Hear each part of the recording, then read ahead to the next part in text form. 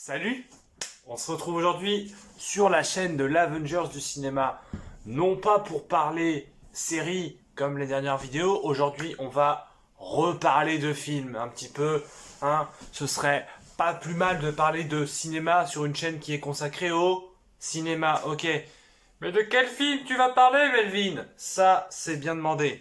Alors, je sens que les gens commencent un peu à se lasser de parler de super-héros, de Marvel, de DC tout le temps, tout le temps, tout le temps. Donc, aujourd'hui, on ne va pas parler de films de super-héros. Enfin, une fois, on va quand même en parler sur un film. On va parler des films féministes. Oui, parce que le féminisme, c'est important au cinéma. On n'a pas assez de femmes réalisatrices, on n'a pas assez de films féministes. Donc, on va en parler. On se retrouve tout de suite pour le premier film. Donc, alors, le premier film féministe sur lequel nous allons parler, débattre, n'est-ce pas? Ça va être Mulan. Mulan, donc sorti en 98, est donc un film des studios Walt Disney, je ne l'apprends à personne, qui raconte l'histoire d'une femme qui, pour soi-disant sauver l'honneur de sa famille, comme lui répète son père environ 1 milliard de fois, puisque à l'époque, même encore aujourd'hui, elle doit se marier, n'est-ce pas? Elle doit être une bonne épouse et elle, plutôt que de se marier, elle va aller à l'armée à la place de son père en se faisant passer pour un homme. Alors, Mulan est un film féministe. Pourquoi? Parce que c'est déjà tout le principe de base du film en fait. C'est-à-dire qu'une femme qui se fait passer pour un homme, ça c'est pas ouf, t'as capté? Mais le fait qu'une femme prenne l'initiative d'aller à l'armée, n'est-ce pas, pour, pour sauver l'honneur de sa famille, justement, c'est incroyable. Et puis en fait, on a tout le côté où tous les hommes sont des espèces de connards misogynes et tout ça, ça c'est vraiment pas ouf concrètement. Ça dénonce un peu le féminisme, non, ça dénonce pas le féminisme, pardon. Ça dénonce le machisme qu'il y avait dans l'armée à l'époque, même pas que dans l'armée, à l'époque en général, puisque son père lui dit que pour être, donner de l'honneur à sa famille, il faut se marier à un fils de bonne famille et tout ça, alors que pas ouf quoi, pas ouf. Moi, je vous avoue que Mulan, c'est pas un film dont je suis ultra fan. Il y a des répliques que disent des hommes qui, moi, me dérangeaient absolument, tu vois. Comme le fait qu'une femme ne peut pas faire l'armée et qu'une femme est moins forte qu'un homme, alors que, non. Non, non, bien sûr que non. Parfois même, elles sont plus fortes que les hommes. On en parlera dans Wonder Woman, ne vous inquiétez pas. Donc en soi, Mulan est un bon film féministe puisqu'il dénonce tout ça. Et en plus, je trouve qu'il est énormément en décalage avec ce que faisait Disney, parce que concrètement, Disney, sur ses grands classiques Disney, à savoir Cendrillon, Blanche-Neige, La Belle et la Bête, La Belle au Bois dormant, c'est une fille qui finit avec un joli prince, beau, riche, célèbre, tout ce que tu veux, alors que la vraie vie c'est pas vraiment comme ça. Hein. En vrai, en 2021, Disney nous a bien carotte. Hein. Parce que concrètement, le coup du château, ils vécurent heureux et eurent plein d'enfants. Puis même, ça donne une vision idéalisée de la relation homme-femme. Enfin, moi, je trouve que Disney, j'ai un peu de mal maintenant avec ces histoires de princesses. Je vous cache pas que c'est un peu compliqué.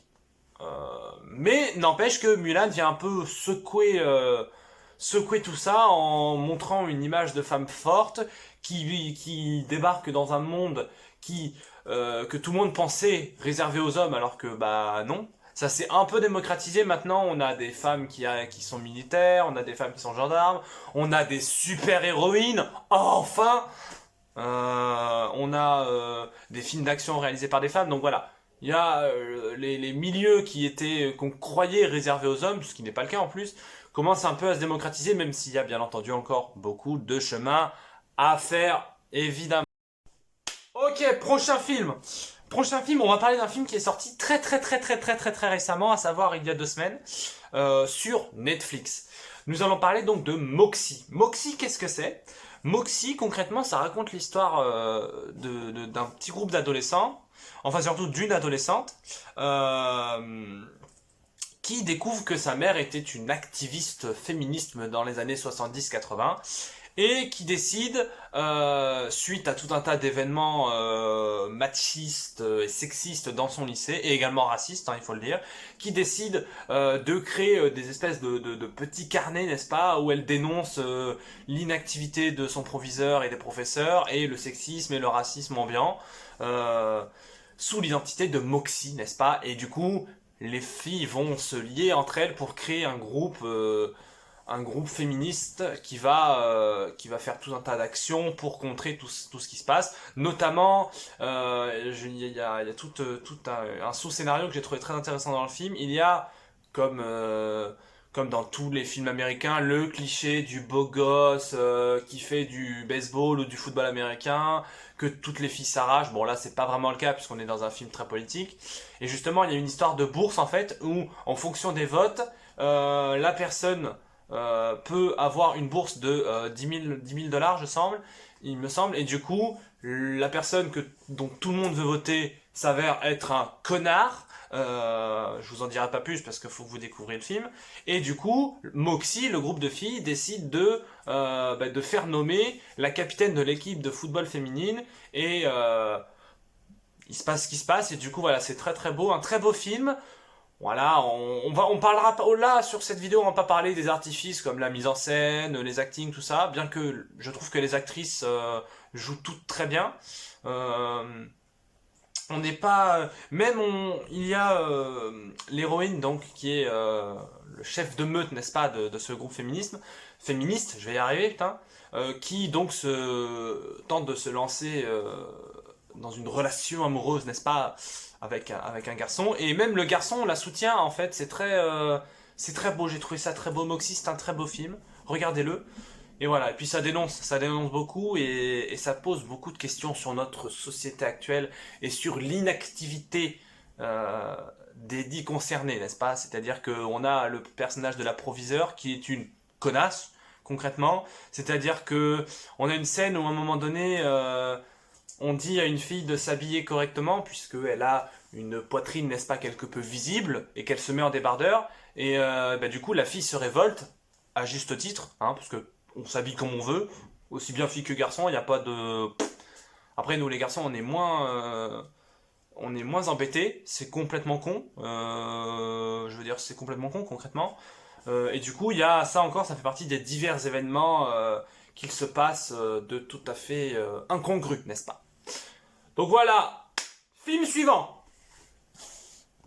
Troisième film, on va parler d'un film qui est immensément important pour l'histoire du cinéma en général, à savoir Terminator 2. Alors, là, j'entends que les gens vont un peu gueuler.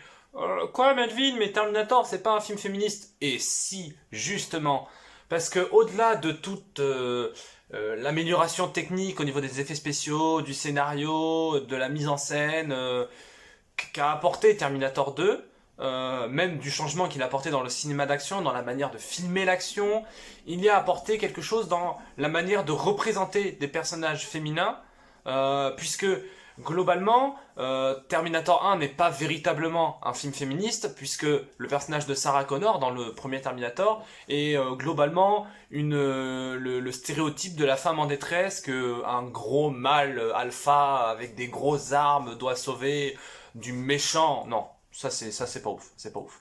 Et donc justement, parce que pour résumer, Terminator 1, c'est un robot du futur qui est envoyé pour tuer Sarah Connor, puisque dans le futur, son fils sera le chef de la résistance contre les machines. Je n'apprends rien à personne, évidemment, mais il y en a certains qui n'ont pas vu Terminator, n'est-ce pas? Bref, autre sujet. Et du coup, dans Terminator 2, on a donc Sarah Connor, qui est devenue un peu... tout le monde croit folle à la fin du premier volet, qui est donc maintenant en hôpital psychiatrique, et qui, par un concours de circonstances, va retrouver son fils et un Terminator devenu gentil, en la personne de Arnold Schwarzenegger, bien entendu, qui vont être traqués par un autre Terminator. Et là où je trouve que Terminator 2 est un film féministe, c'est qu'il a montré que justement, tout comme le fera James Cameron dans Alien 2, je sais pas si Alien 2 est avant ou après Terminator, c'est pas le sujet. Et du coup, on a Sarah Connor qui est véritablement un personnage féministe puisqu'elle déglingue le Terminator avec des gros guns. En fait, c'est tout ce que les mecs pensaient que c'était réservé aux mecs, à savoir Schwarzenegger, Stallone, Bruce Willis, à savoir le bon gros film d'action avec des explosions, des voitures qui pètent, des courses-poursuites, des grosses mitrailleuses et tout. Ben, en fait, Sarah Connor, elle fait exactement pareil, euh, sauf que c'est une femme. Et donc là, le monde entier a fait ok, bah en fait, on peut faire un film d'action avec une femme. Et c'est là où ça a changé le féminisme, puisque avant, il y avait peu de personnages d'action féminins, n'est-ce pas? Ça se démocratisera après, justement, avec Alien, avec notamment Captain Marvel, Wonder Woman, puis tout un tas de films d'action. J'en ai pas vraiment d'exemple en tête, mais vous comprenez l'idée. Si, bah, Black Panther aussi également.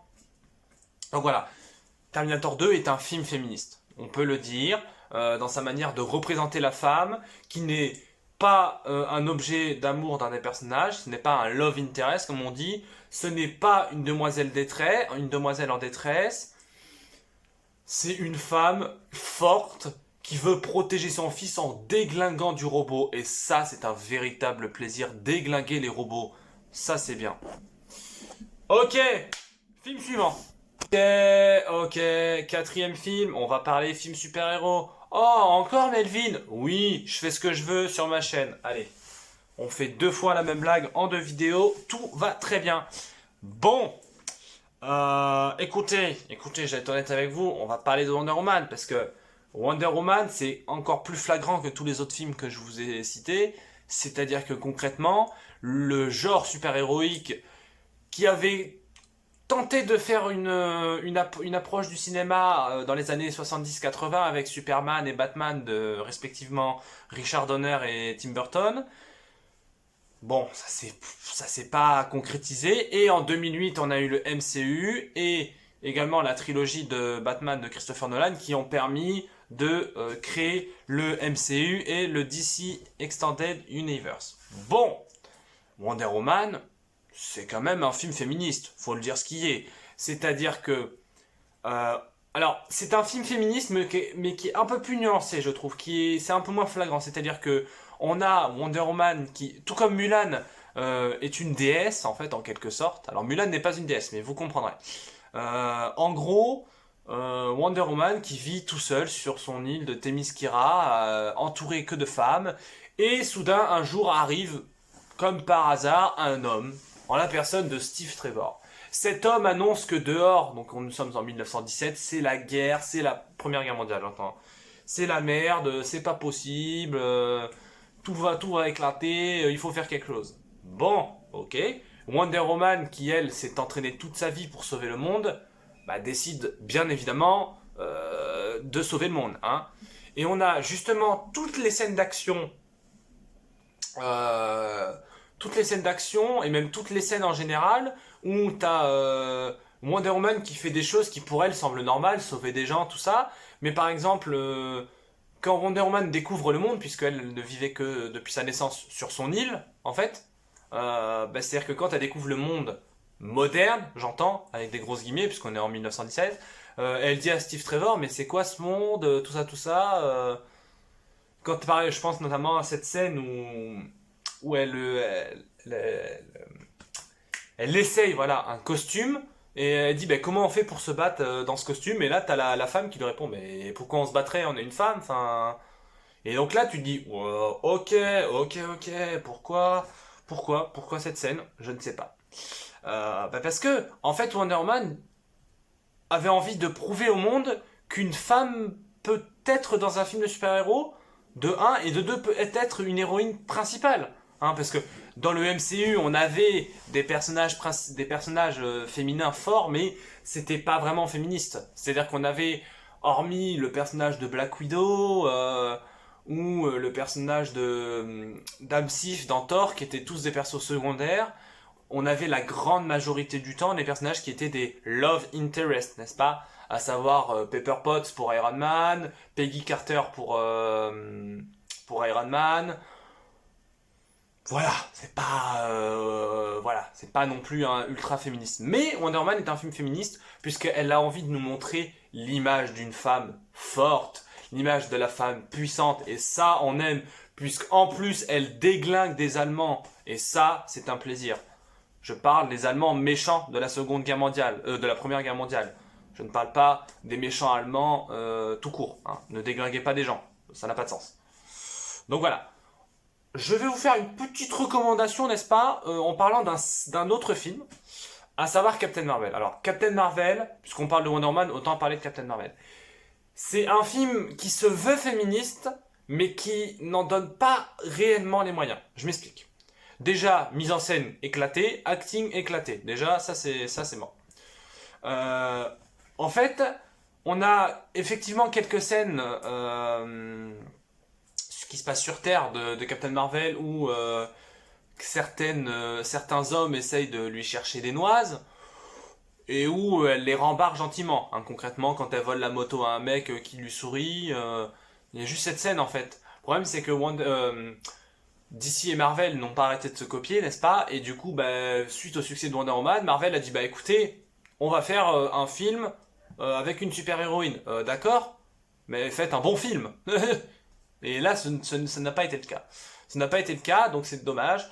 Le seul truc féministe, c'est qu'en fait, ils disent oui, ben Captain Marvel c'est féministe puisque Captain Marvel c'est le personnage le plus puissant du MCU. Alors, déjà, de 1, ce n'est pas le cas. Et de 2, le film est féministe puisque son seul argument de féminisme, c'est bah c'est un film sur une femme. Alors, oui et non. C'est-à-dire que si ton seul argument pour que ton film soit féministe, c'est que le personnage principal est une femme, pas ouf. Pas ouf. T'as capté? Ça peut, mais ça ne l'est pas. Donc voilà, Captain Marvel, je suis un peu embêté. Je suis un peu embêté puisque bah voilà, ça se veut féministe, ça l'est sur certains aspects, ça l'est un peu moins sur d'autres en fait. Oui, ok, Captain Marvel a participé, a fait l'armée. Oui, c'était une brillante pilote dans un milieu exclusivement réservé aux hommes ou quasiment réservé qu'aux hommes. Euh, oui, elle est hyper puissante et elle déglingue des hommes, des femmes, tout ce que tu veux. Oui, elle est super forte et oui, on veut nous la montrer forte. Mais je trouve que sur le domaine du féminisme, Wonder Woman l'est beaucoup plus. Bon. Écoutez, si vous avez kiffé cette vidéo YouTube, n'hésitez pas à vous abonner, c'est important. Que puis-je dire d'autre? Lâchez un petit pouce bleu, un commentaire, ça fait toujours plaisir. Beaucoup me disent que mes vidéos sont trop longues, mais c'est parce que j'ai beaucoup de choses à dire. Donc voilà, écoutez, je vous dis à bientôt pour une prochaine vidéo. C'était l'Avengers du cinéma, on se dit à bientôt!